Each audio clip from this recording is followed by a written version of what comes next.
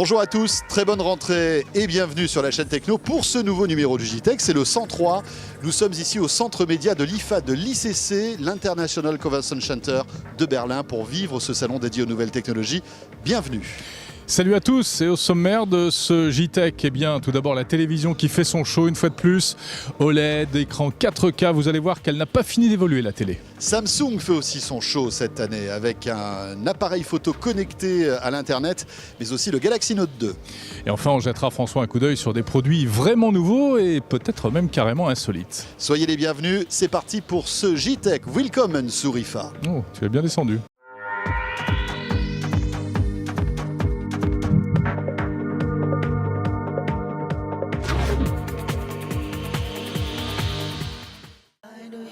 Le JTech avec OrangeInnovation.tv, la web TV qui simplifie la vie numérique. Avec Byster, le mobile sert à payer. Inscrivez-vous dès maintenant sur byster.fr et achetez sur Internet en toute sérénité. Alors là, Jérôme, on fait fort pour notre plateau du JTech de la rentrée.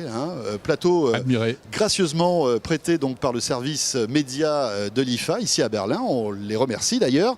Et on va commencer par la télévision qui, évidemment, fait son show cette année. Alors la télévision, on avait l'impression que tout avait été dit ces dernières années. Eh bien non, ça va continuer à évoluer. D'abord avec l'OLED. Donc c'est cette technologie organique LED. Regardez ces écrans qui sont superbes, qu'on a vu à la fois sur les stands de Samsung, mais aussi d'LG. À la fois une image magnifique, des noirs d'une profondeur inégalée, on n'a jamais vu ça jusqu'à présent, et une finesse d'écran absolument spectaculaire, plus fin qu'un iPhone. Oui, effectivement.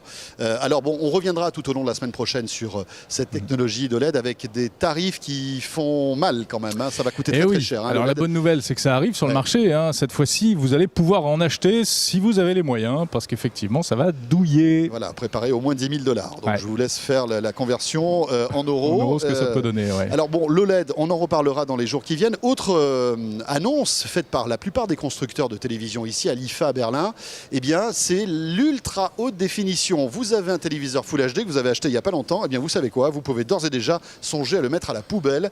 On a encore mieux, c'est en fait le 4K, la ultra haute définition. La ultra haute définition, vous prenez un écran HD actuel, vous multipliez ça par 4 et vous avez une image forcément encore plus belle. Explication.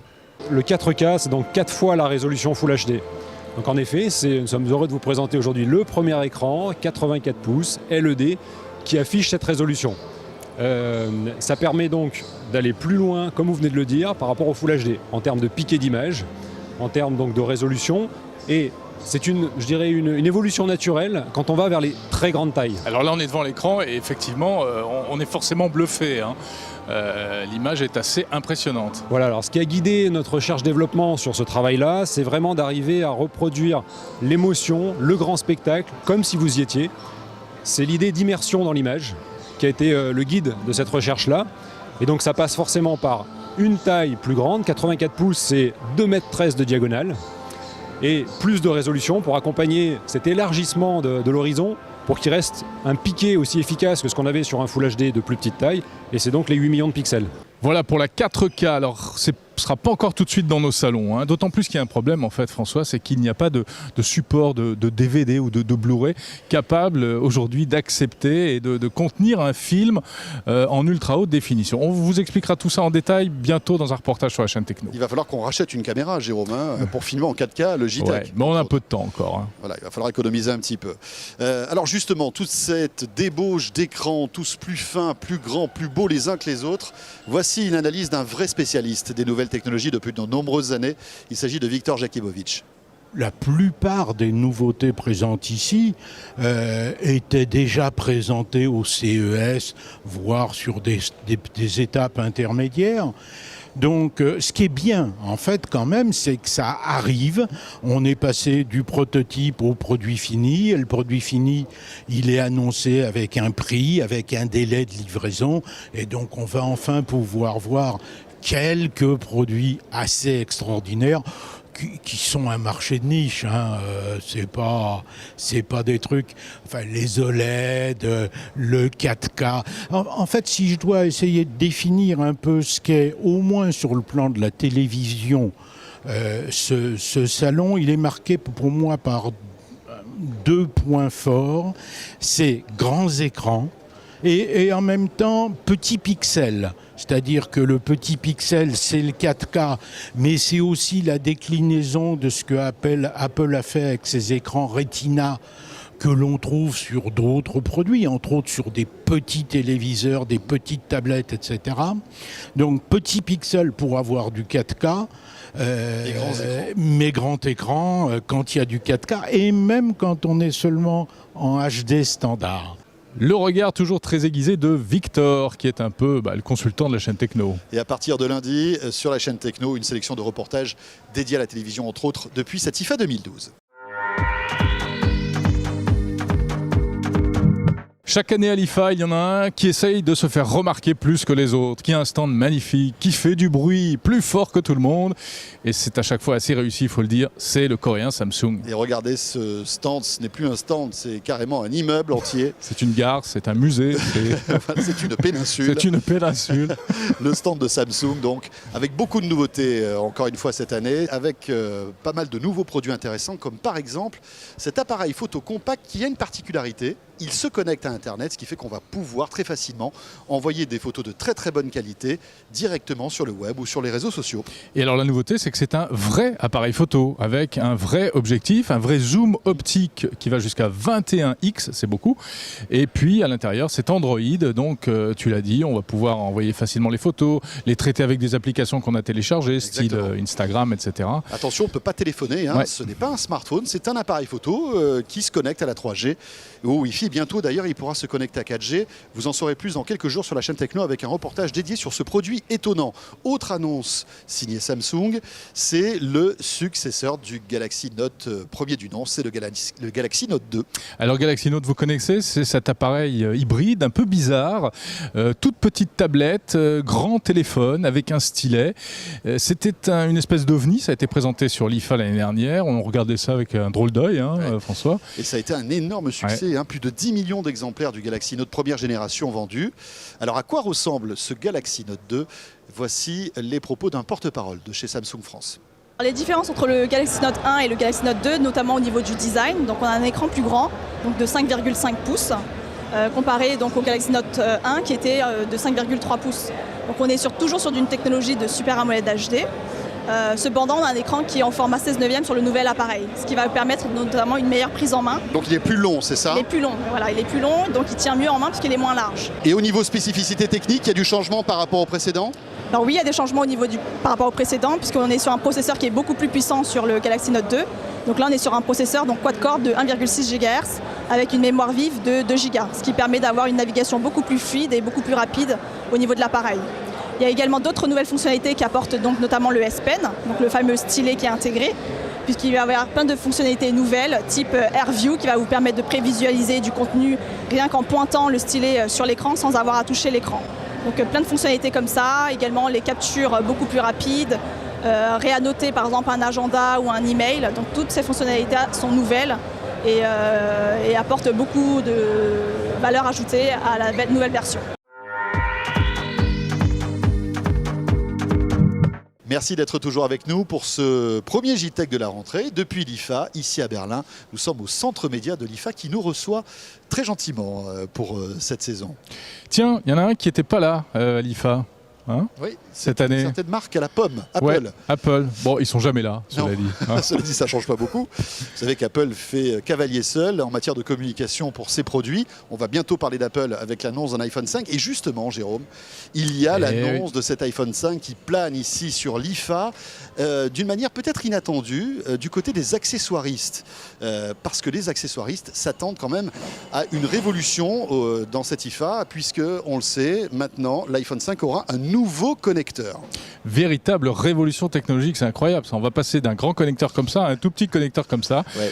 Ça n'a l'air de rien et c'est une vraie panique chez les professionnels qui fabriquent des accessoires pour iPhone. Prenez par exemple le cas du grand constructeur, entre autres de dock, iPhone, iPod, iPad, Harman. Il nous explique son point de vue sur ce changement de connecteur. Alors c'est une période, je dirais, assez tendue, effectivement, parce que ce sont de gros enjeux économiques, aussi bien pour Apple et a posteriori pour tous les participants, je dirais, au programme sur les accessoires. Ce qui veut dire que chez nous, on doit s'adapter à ce nouveau connecteur, puisqu'il change sur l'iPhone 5. Ce qui explique aussi, je dirais, des apparitions de produits dans la gamme, on va dire il y a un mois, par exemple, pour parler concrètement, qui la semaine dernière ont disparu pour se mettre effectivement au goût du jour sur ce nouveau connecteur. Alors le connecteur, pour qu'on comprenne bien, c'est ça. Hein. C'est donc aujourd'hui, c'est un la connecteur petite à 30 fiche broches qui vraisemblablement... qui existe depuis des années. Hein. Voilà, depuis la sortie de l'iPod à l'époque, avec la molette. Ce connecteur va changer. Et donc tout l'intérêt aujourd'hui est au niveau des marques, et donc de la marque notamment JBL, d'être parmi les premiers en tant que partenaire à proposer des solutions iPhone 5 connectées. Donc ça veut dire que vous êtes au courant déjà de ce connecteur, de ce nouveau connecteur depuis bien longtemps pour sortir des accessoires compatibles dès le départ, en fait, dès la sortie de l'appareil. C'est exact. On sera parmi les premiers à sortir des produits dans 6 mois uniquement compatibles iPhone 5. Le plus gros du développement, ce n'est pas le développement technique, c'est plus tout ce qui est domaine de certification Apple. C'est-à-dire qu'une fois qu'on a développé le produit, il passe sous le cahier des charges Apple, et là c'est oui, non, il faut corriger parce qu'on intègre tout ce qui est compatibilité électromagnétique pour les émissions-réceptions d'appel. C'est-à-dire que le produit doit être blindé pour éviter les interférences, comme on entend par exemple dans un véhicule, on entend les bip bip bip avant l'arrivée de l'appel. Tout ça doit être géré en amont et doit être validé après le développement par Apple. Bon, et au fait, cet iPhone 5 il sort quand ? On n'en sait rien, sauf que se pourrait qu'il y ait une annonce le 12 septembre. Voilà, en tout cas, dispositif spécial qui sera mis en place sur la chaîne Techno pour suivre l'arrivée de ce nouvel iPhone tant attendu. L'IFA, traditionnellement, c'est également la grande fête des ordinateurs. Alors bon, on en parle un petit peu moins parce qu'il n'y a pas vraiment de nouveautés saillantes, si ce n'est que de plus en plus, les ordis essayent de se prendre pour des tablettes, François. Effectivement, avec derrière tout cela, Microsoft qui s'apprête à redistribuer les cartes avec Windows 8 qui sort, vous le savez, à la fin octobre. On en parlera bien sûr sur la chaîne Techno. Et à cette occasion, les constructeurs montrent de nouveaux appareils étonnants, comme par exemple le Taichi d'Asus. Regardez ça, c'est un ordi portable qui a 2 écrans. Un dedans traditionnellement et un dedans, dehors. Et un autre dehors. Bon, alors à quoi ça sert ? Eh bien, une fois qu'il est plié, ça peut devenir une tablette. Et puis, ça peut vous permettre aussi, lorsque vous faites une présentation professionnelle à des clients, de regarder votre écran et puis de montrer en même temps ce que vous êtes en train de faire, etc. On en reparlera la semaine prochaine sur la chaîne Techno. Et pas mal de nouveautés chez le constructeur taïwanais Asus. Tiens, pour terminer ce JTech, une autre tendance qui est très forte, c'est les objets connectés. Beaucoup d'objets connectés présentés de ci, de là. On s'est arrêté du côté de chez Philips qui va lancer les accessoires. C'est malin comme nom, accessoires. Ce sont des objets connectés et que vous allez applications et accessoires. Voilà, en fait, utiliser. Piloter avec une appli. Et donc vous allez pouvoir utiliser ces objets avec votre smartphone, qu'il soit sous iOS ou sous Android.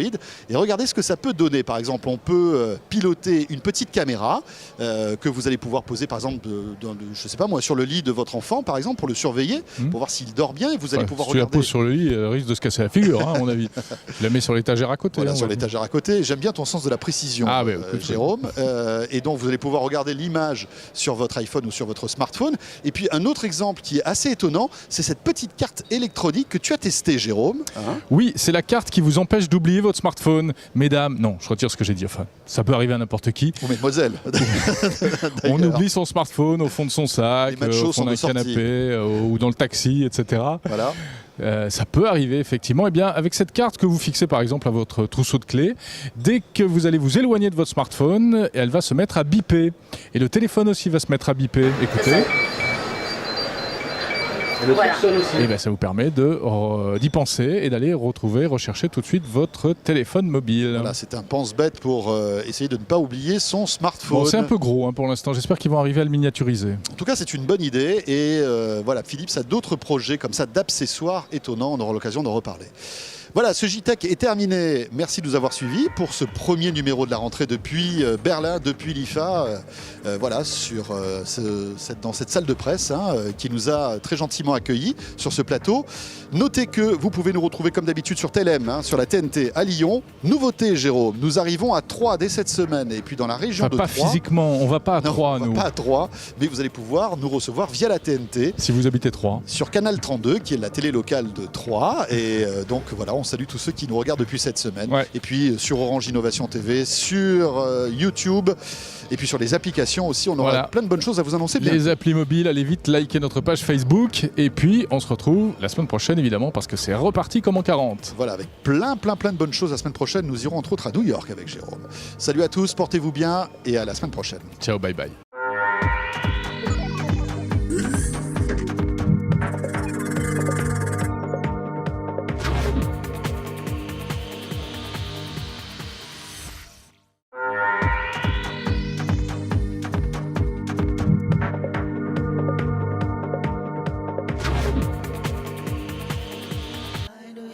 Le JTech avec Orange Innovation.tv, la web TV qui simplifie la vie numérique. La télé dans tous ses états, voilà là tout le monde. Oh merde. À l'instant